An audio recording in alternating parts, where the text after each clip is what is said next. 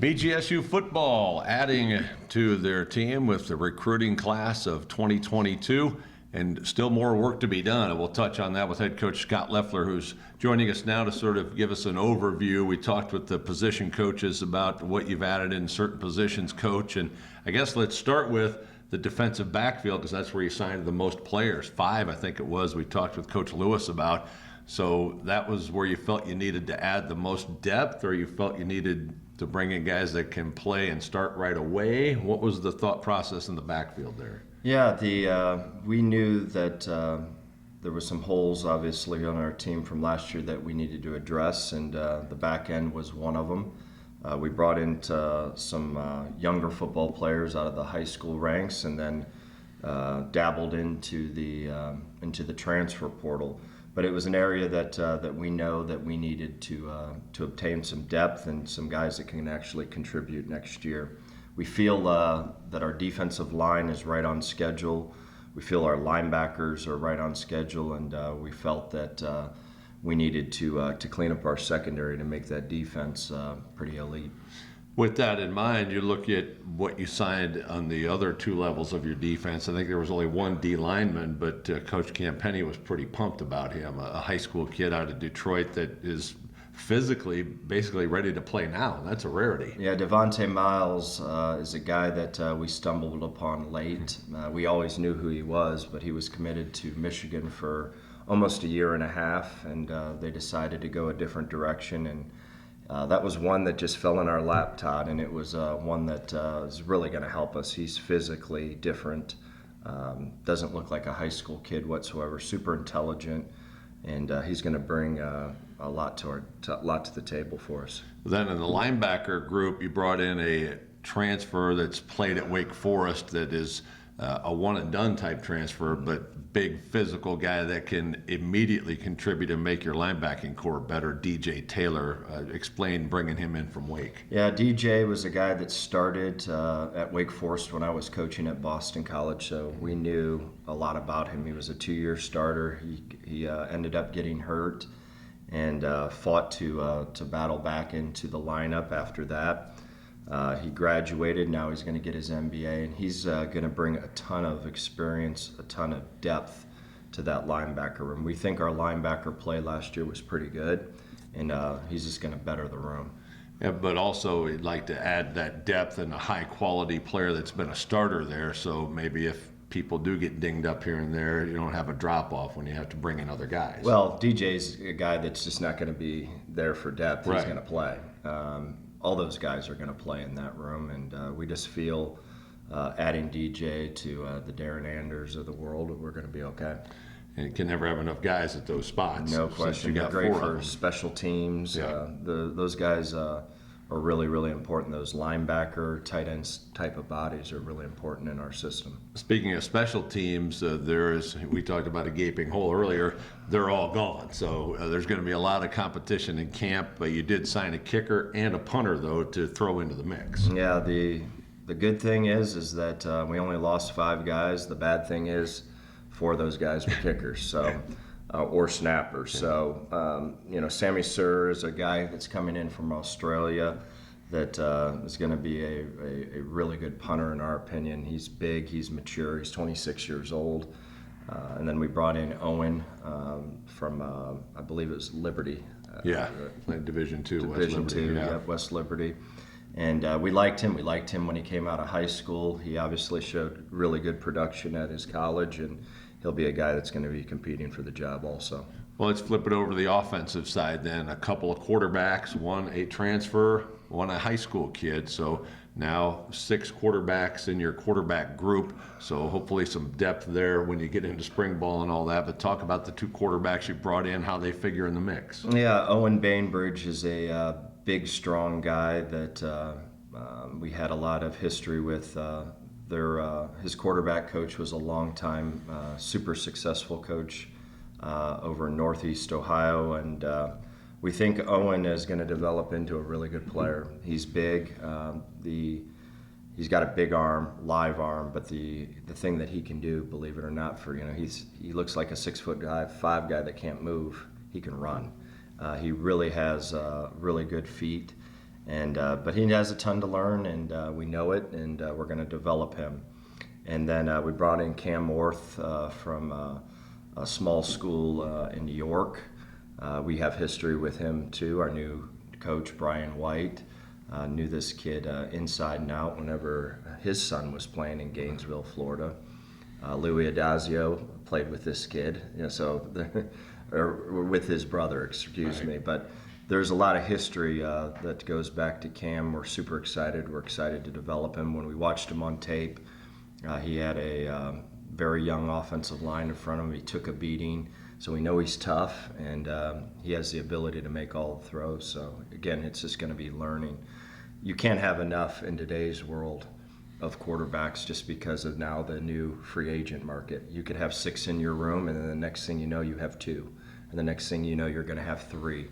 So we want to be prepared for those situations and not be stuck in a situation where you have to bring a guy in fresh off the street to start without knowing the system. So we're going to recruit quarterbacks, and that's going to be something that we're going to do every year just because of the new free agency market.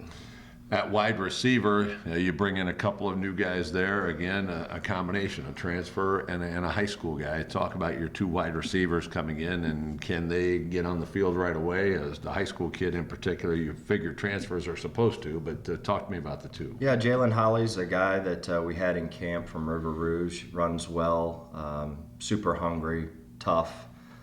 We like him a lot, really good kid. He's here obviously as an early enrollee. And then OJ. OJ caught 90-some balls last year, was undersized, really wanted to go to a program where he can gain weight and develop. He's already gained since January. He's already gained 10 pounds.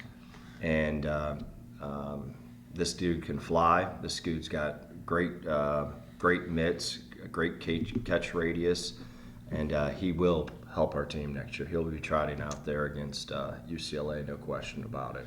We talked to Coach Nosal. You didn't have to add any tight ends because you brought all of them back, which is a good place to be. So you got to feel good about that group because they did some nice things last year. A couple of them playing a lot for the first time. So a quick rundown on tight ends. You feel good about that? We do. We moved Javante Kinsley finally into that room also, which is that's when we recruited Javante. His high school coach, who his father coached in the NFL for years, and really good evaluator, said that this kid would eventually mold into a great tight end for you. So we finally got him home. We need to put a bunch of weight on him. That position is not easy, so he's got a ton of learning to do. So we'll see where that goes, but we feel good about that room.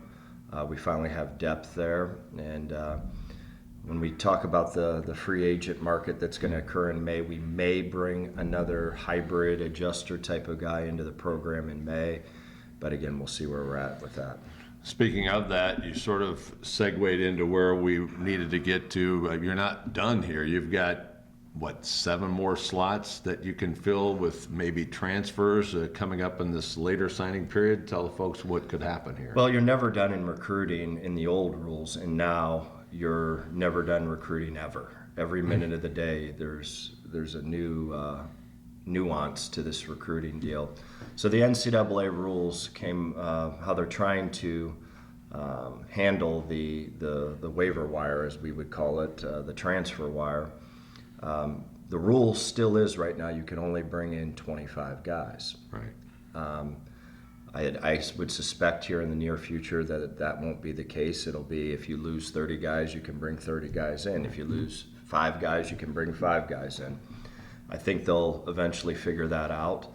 But to handle that problem, we think the major amount of transferring is going to occur now in May.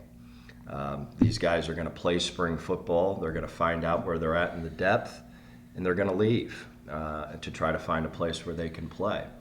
So the NCAA, to handle that problem, if let's suppose 10 guys from Bowling Green decided that they wanted to go find a place to play, we could bring in 7 to basically offset this problem. Now, the real scary problem is how about if there's 25 that want to leave? And you still only get 7? You still only get 7. So There's a lot of holes in the rules right now. There's a lot of problems with this whole things that we need to get through. I think we'll be right on the national average. I bet you there will be anywhere between 7 and 12 kids from each team across the country that will leave during the month of May, and then we just got to substitute them in. Now, the rule says that we can take 7 transfers or we could take 7 high school kids. So obviously, it's just like pro football now. You have literally 2 boards going on. You got a college board going on, and you've got a high school board going on, and it's just like every single pro is graded every single game. You're kind of doing that, and then on the other hand, you're back to the high school board. So we're going to take we're definitely going to take 2 more offensive linemen in the month of May, possibly another running back, possibly another receiver, for sure a DB or 2, and the one that we're on is it a D lineman, is it a tight end? Is it another outside backer? So we'll see where we're at the end of spring ball and go from there. Got a lot of pieces to maneuver around, and you talked about O-line and running back there. We haven't talked about those spots yet. Let's start on the offensive line. Speaking of transfers, you brought in 3 recruits. All 3 are transfers. All 3 are big and figure to be stepping in right away with their big frames and able to help. Talk about the 3 O-linemen. Yeah.